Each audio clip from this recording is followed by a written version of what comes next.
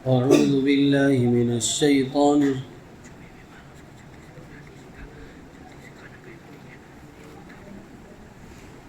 أعوذ بالله من الشيطان الرجيم بسم الله الرحمن الرحیم۔ سورہ احزاب کی آیت نمبر 6 میں اللہ رب العزت فرماتے ہیں، ہر معاملے میں آپ کی اتباع کرو۔ تمام مومنین کو ایمان ہدایت اور ایمان نبوت کے نور سے ملا ہے، اس لیے روحانی تعلق اور ایمانی رشتے کی بنیاد پر آپ صلی اللہ علیہ وسلم کی ذات مومنین کے نزدیک ماں باپ کے رتبے درجے سے بھی بڑھ کر ہے، کیونکہ ماں باپ کے ذریعے ہم دنیا کی عارضی زندگی ملی ہے، لیکن حضور صلی اللہ علیہ وسلم کی برکت سے ہمیں آخرت کی راحت اور دائمی زندگی ملی ہے۔ یہ امت پر آپ کی بڑی شفقت اور ہمدردی اور عظیم احسان ہے۔ اس محبت اور تعلق کا تقاضا ہے کہ ہم زندگی کے ہر معاملے میں آپ کی اتباع کریں۔ اللہ کے نبی سے ہماری محبت ہمارے ماں باپ سے بھی زیادہ ہو، اپنی جان سے بھی محبت زیادہ ہو، یہ چیز اصل ہے۔ سورہ احزاب کی آیت نمبر 21 میں اللہ رب العزت فرماتے ہیں، حضور صلی اللہ علیہ وسلم کی زندگی لوگوں کے لیے بہترین نمونہ ہے۔ جو اللہ کے نبی علیہ السلام کی زندگی لوگوں کے لیے بہترین طریقہ ہے، نمونہ ہے، اور اسی کی اتباع ہونا چاہیے۔ سورہ احزاب کی آیت نمبر 28 اور 30 میں اللہ رب العزت فرماتے ہیں، عورتیں بناؤ سنگار کو زندگی کا مقصد نہ بنائیں اور بے حیائی کے کاموں سے مکمل پرہیز کریں۔ اللہ تعالیٰ نے حضور صلی اللہ علیہ وسلم کی بیویوں کے ذریعے امت کی عورتوں کو چند نصیحتیں فرمائی ہیں۔ اللہ کے نبی علیہ السلام کی بیویوں کے ذریعے، حالانکہ وہ پاک باز تھی، لیکن ان کو بھی حکم دیا جا رہا ہے کہ ایسا نہ کرنا، کہ اللہ کے نبی علیہ السلام کی بیویوں کے ذریعے امت کی عورتوں کو نصیحت فرمائی گئی، جن پر عمل کرنے سے عورتوں کو دین اور دنیا کی عزت حاصل ہوگی۔ یہ اصل چیز ہے۔ تمام چیزیں باتیں جتنی بھی سنتے ہم اپنے گھر میں بتانا چاہیے، اس کا مذاکرہ کرنا چاہیے۔ جو بات آپ کو پتہ چل گئی اس کے آپ عالم بنے، اور اس کی ذمہ داری ہے کہ اس کو پہنچانا۔ ہم تمام چیزیں یہاں سنتے ہیں لیکن گھر میں اس کا مذاکرہ نہیں کرتے۔ گھر میں مذاکرہ ہوگا، کپڑے اس کا ایسا ہے ویسا ہے، یہ عید میں یہ لینا ہے، حالانکہ دین کے مذاکرے کرو گے تو اللہ رب العزت برکتیں عطا فرمائے گا۔ نمبر 1، بناؤ سنگار کو زندگی کا مقصد نہ بنائیں۔ عورتوں کو نصیحت کی گئی، بناؤ سنگار کو زندگی کا مقصد نہ بنائیں۔ کتنا وقت جا رہا ہے عورتوں کا اس کے اندر، ہم غور کر لیں، گھنٹے گھنٹے، 2 گھنٹے، 3 گھنٹے، اور کتنا پیسہ اس کے اندر جا رہا ہے۔ بناؤ سنگار کو زندگی کا مقصد نہ بنائیں۔ نمبر 2، شوہر کی حیثیت سے زیادہ خرچ مانگ نہ کریں۔ شوہر کی حیثیت سے زیادہ خرچ کی مانگ نہ کریں۔ جتنی اللہ رب العزت نے اس کو استعداد دی ہے اس کے حساب سے، لیکن اس سے زیادہ مانگ کر رہی، غلط چیز۔ 200 روپے کا انسان کما رہا ہے، پھر بھی اس کے مطابق اس سے زیادہ مانگ کر رہی، یہ غلط ہے۔ اسی بنیاد پر ہی کیا ہے، آپس میں تناؤ اور آپس میں طلاق کے مسائل پیدا ہوتے ہیں۔ اس وجہ سے لڑکی والوں کو، اس کے ماں باپ کو شادی سے پہلے ذمہ داری ہے کہ یہ باتیں سمجھائے کہ شوہر جس حالت میں بھی رکھے اس حالت میں اپنی زندگی گزارنا کیا ہے، اس کی وجہ سے جیسا اللہ رب العزت نے اس کو دیا۔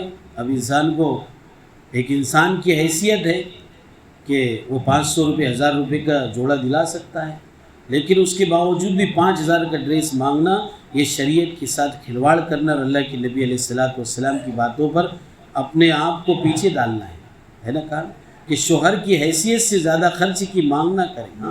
اس کی وجہ سے اگر اس کے دل سے بددعا کے جملے نکل گئے تو انسان کے خسارے کا ذریعہ بنے گا، اس وجہ سے مانگ نہ کریں۔ نمبر 3، اللہ اور اس کے رسول کے حکم اور ان کی محبت کو تمام چیزوں پر مقدم رکھیں۔ اللہ اور اس کے رسول کی حکم اور ان کی محبت کو تمام چیزوں پر مقدم رکھیں، اپنی تمام چیزوں کو نہیں، بلکہ اللہ کے رسول کی محبت، اللہ کی محبت، وہ تمام چیزیں ہونا چاہیے۔ یہ چیزوں کو لاؤ، مذاکرے کرو، گھر میں تعلیم کو زندہ کرو، بتاؤ آج ارتداد کا ماحول عورتوں میں کیوں ہو رہا ہے، آج یہ چیزوں کی وجہ۔ نمبر 4، بے حیائی اور گناہ کے کاموں سے مکمل پرہیز کریں۔ بے حیائی کے کاموں سے، گناہ کے کاموں سے، موبائلوں سے ان کو بچائے، غلط سیریل دیکھنے سے بچائے، غلط گانے دیکھنے سے بچائے، فحش گانے دیکھنے سے بچائے۔ اب بتاؤ کہ انسان کیسا معاملہ، ایک مرد کا سطر نہیں دیکھ سکتا ہے، ایک عورت کا سطر نہیں دیکھ سکتی، کسی بھی حالت میں۔ جو سطر کے آلات ہیں عورتیں نہیں دے سکتی. اب دیکھو موبائلوں کے اندر، فلموں کے اندر عورتیں کیا ہے پوری فحش نظر آ رہی ہے آدھے کپڑے میں، اور ہم وہ چیزوں کو دیکھ رہے، گھر کی عورتیں وہ دیکھ رہی ہیں، تو بتاؤ وہ چیزوں سے کیسا معاملہ ہوگا. اس وجہ سے نمبر 4 فرما بے حیائی اور گناہ کے عموں سے مکمل پرہیز. اللہ تعالیٰ نے ایسی نیک صفت عورتوں کے لیے آخرت میں اجر عظیم تیار کر رکھا ہے. ہاں ایسی نیک صفت اختیار کرنا. نمبر 1 عورتوں کو نصیحت فرمائے کہ بناؤ سنگار کو زندگی کا مقصد نہ بنائیں، شوہر کی حیثیت سے زیادہ خرچ نہ مانگیں.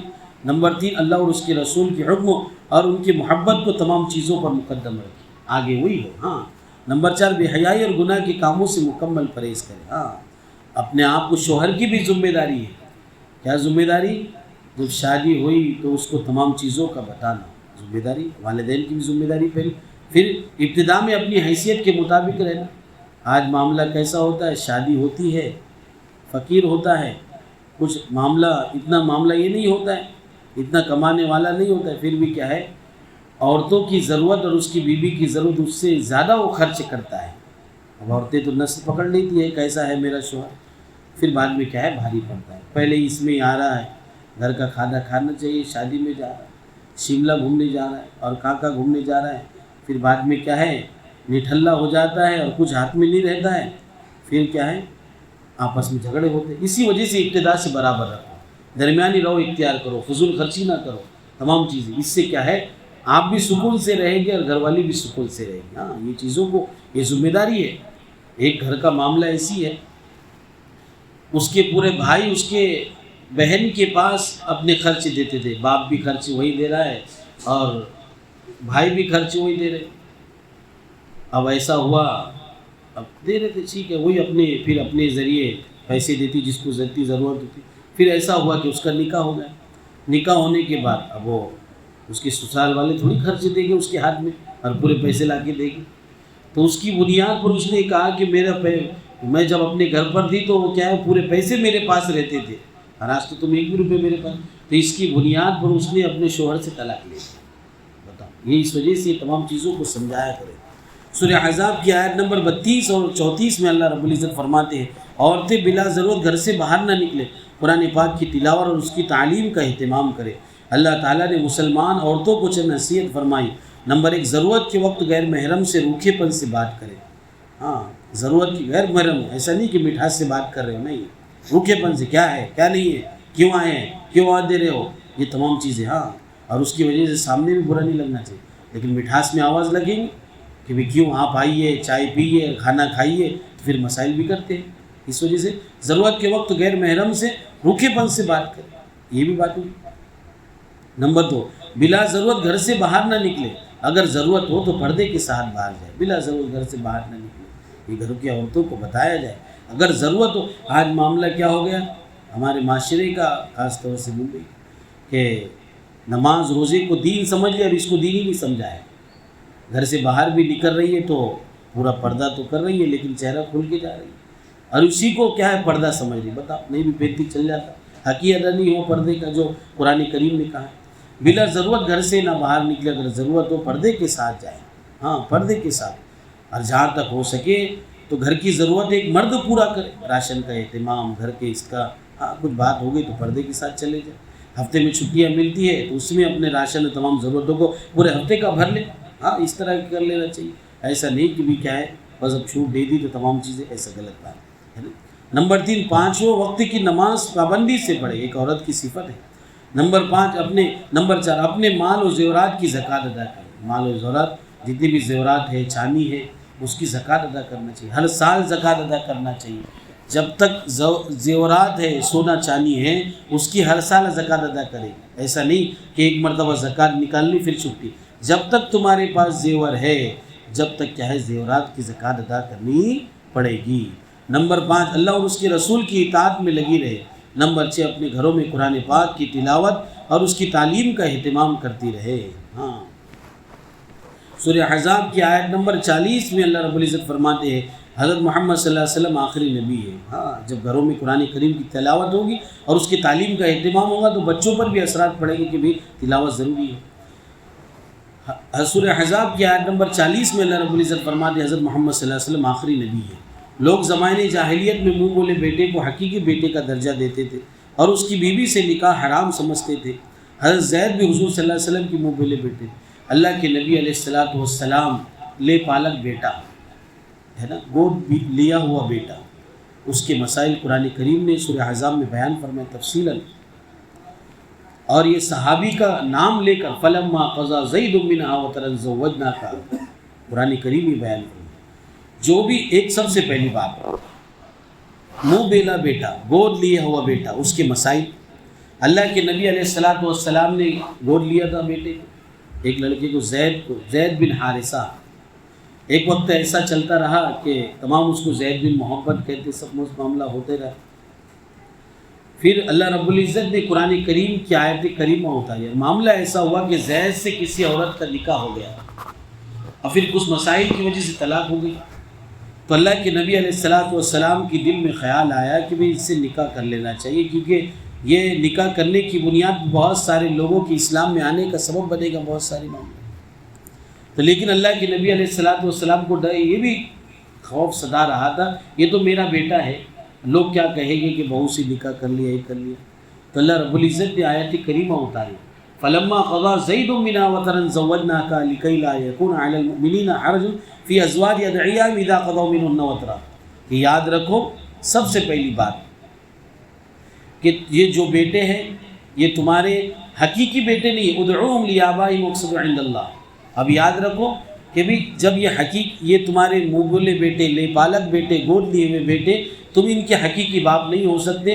سب سے پہلی ذمہ داری ہے کہ تم ان کے اصل باپ سے ان کو پکارو گے، جس کے گود میں وہ آیا اس کی نام سے اس کو نہیں پکارا جائے گا، بلکہ ناجائز اور حرام ہے نا۔ قرآن کریم نے صاف کہہ دیا ادعوهم لآبائهم واقسطوا عند اللہ، ہاں کہ بھی کیا ہے، جس شخص نے اللہ کے نبی علیہ السلام کے بیٹے کو بھی کیا زید بن محمد کہتے تھے، تو اللہ تعالیٰ نے قرآن کریم کی آیت اتاری کہ اس کے اصل باپ کے نام سے پکارا جائے گا، کہ زید بن حارثہ اس کا اصل باپ ہے، وہی نام ہوگا۔ اب یہ چیزیں جائز دی گئی، اسی وجہ سے امت کو تعلیم دی گئی کہ لے پالک بیٹا گود لیا جانا چاہیے، اس کی تربیت، یہ تمام چیزیں، لیکن اس کو اصل باپ سے ہی پکارا جائے گا، اس کے سرٹیفکیٹ میں اصل نام ہی ڈالا جائے گا، اسکول کا ہو، نکاح کے مسائل ہو، جب بھی آئے گا اس کے اصل باپ کا معاملہ ہوگا، ہاں اس کی تربیت کا معاملہ اور اس کی معاملہ، اس کا ثواب اس کو ملے گا۔ اسی وجہ سے لے پالک بیٹے کو، گود لیے بیٹے کو، اس کے جس نے بیٹے نے، جس باپ نے اس کو لیا ہے، اس کی وراثت میں سے بھی اس کو حق نہیں ملے گا، یہ بھی چیز ہے، اس کو وراثت میں سے بھی اس کو حق نہیں ملے گا۔ تو پھر اللہ کے نبی علیہ السلام کو بتایا گئی بھی اصل باپ کے نام سے اس کو پکارا جائے گا، یہ معاملہ ہے۔ اب پھر فرمایا کہ یاد رکھو رہا مسئلہ ان کی بیوی کا، زید کی، یہ تو حقیقی بیٹا نہیں تھا، تم نے اگر نکاح بھی کر لیا تو کوئی حرج نہیں ہے، یہ فرما دیا۔ اس سے پتہ چلا کہ بھی کیا ہے یہ تمام چیزیں، اسی وجہ سے جس کی وجہ سے لوگ آپ کو زید بن محمد کہنے لگے، تو اللہ تعالیٰ نے اس رسم بد کا خاتمہ کرتے ہوئے فرمایا، یعنی بری رسم، بیکار رسم، محمد تم مردوں میں سے کسی کی حقیقی باپ نہیں ہے، مردوں میں سے حقیقی باپ نہیں ہے، لیکن وہ اللہ کے آخری رسول ہے، جن کی ذات پر نبوت اور رسالت کے سارے کمالات ختم ہو گئے، اب قیامت تک صرف آپ کی نبوت، اللہ کی شریعت کا ہی سکہ چلتا رہے گا، آپ حقیقی باپ نہیں کسی، آپ کی شریعت، یہ تمام چیزوں کو ماننا پڑے گا۔ تو اس وجہ سے یاد رکھو اصل باپ کے ساتھ کا معاملہ نہیں ہوگا، یہ قرآن کریم نے سخت سے منع کیا، اللہ کے نبی علیہ السلام کو منع کی کہ اب اصل باپ سے اس کو پکارنا ہوگا۔ اسی وجہ سے یہ چیزوں کا ہم دھیان رکھیں، نکاح کے موقع پر اصل باپ کو اس کا نام لایا جائے گا، سرٹیفکیٹ کے موقع پر ہاں مسئلہ رہا تو سرپرستی کے طور پر یہ کر لے، لیکن اصل باپ یہ چیزیں۔ سورہ احزاب کی آیت نمبر 53 میں اللہ رب العزت فرماتے ہیں میزبان کو تکلیف مت دو، اس کی راحت کا خیال رکھو۔ بہت سے لوگوں کی عادت ہوتی ہے جب کسی کے جگہ دعوت جاتے ہیں، کھانے سے فارغ ہونے کے بعد دیر تک باتیں کرتے رہتے ہیں، جس کی وجہ سے میزبان کو تکلیف ہوتی ہے، وہ شرم کے مارے کچھ نہیں کہتا، وہ شرم کے مارے کچھ نہیں کہتا۔ اس لیے اللہ تعالیٰ نے میزبان کو راحت اور گھر والوں کی ضرورت کی وجہ سے مہمانوں کو کھانا کھلا کر اپنے گھروں کو چلے جانے کا حکم دیا۔ اللہ ہمیں اس حکم پر عمل کی توفیق عطا فرمائے۔ تو یہ چیزوں کو قرآن کریم نے سمجھایا، اور یہ تمام یہ چیزیں اصل چیز ہے، تو کیا ہے یہ چیزوں کا بھی خیال رکھنا ہے، یہ تمام چیزیں۔ سورہ احزاب کی آیت نمبر 70 اور 71 میں اللہ رب العزت فرماتے ہیں اللہ اور اس کے رسول کی اتباع میں کامیابی ہے۔ کامیابی کس میں؟ اللہ اور اس کے رسول کی اتباع میں۔ سورہ سبا کی آیت نمبر 12 اور 14 میں اللہ رب العزت فرماتے ہیں جنات غیب نہیں جانتے۔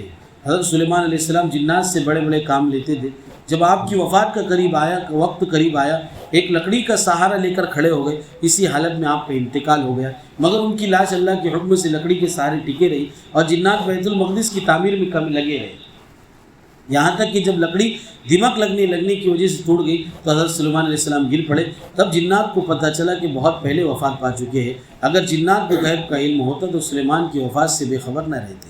ہاں یہ چیزیں موٹی موٹی باتیں، یہ چیزوں کو سمجھنا ہے نا۔ اللہ باپو بول رہا ہے کہ میرے جنات کام کرے گے کرے، بتاؤ حضرت سلیمان علیہ السلام کی انتقال کا ان کو اس سے پہلے بات بتائی۔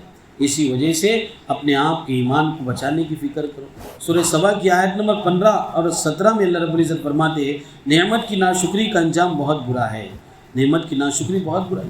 اللہ تعالیٰ نے قوم سبا کو بڑے سب شاداب اور مکانت اور عمدہ تمام چیزیں دیے تھے، کھاؤ پیو سب کچھ کرو، لیکن انہوں نے انبیاء علیہ السلام کی نصیحت کو ٹھکرایا، جس کے نظیر میں اللہ تعالیٰ نے پانی کے بہت بڑے اور مضبوط بند کو توڑ دیا تھا۔ ہاں ان کے جو دھرن یہ تمام پانی تھا اس کو توڑ دیا اور ان کو دبا کر تمام کو کیا ہے ڈبو کر رکھ دیا۔ اس قرآنی واقعے سے ہمیں پتہ چلتا ہے خوشحالی میں بھی اللہ کی اطاعت کرنا چاہیے اور عذاب سے ڈرتے ہوئے نافرمانیوں سے بچنا چاہیے۔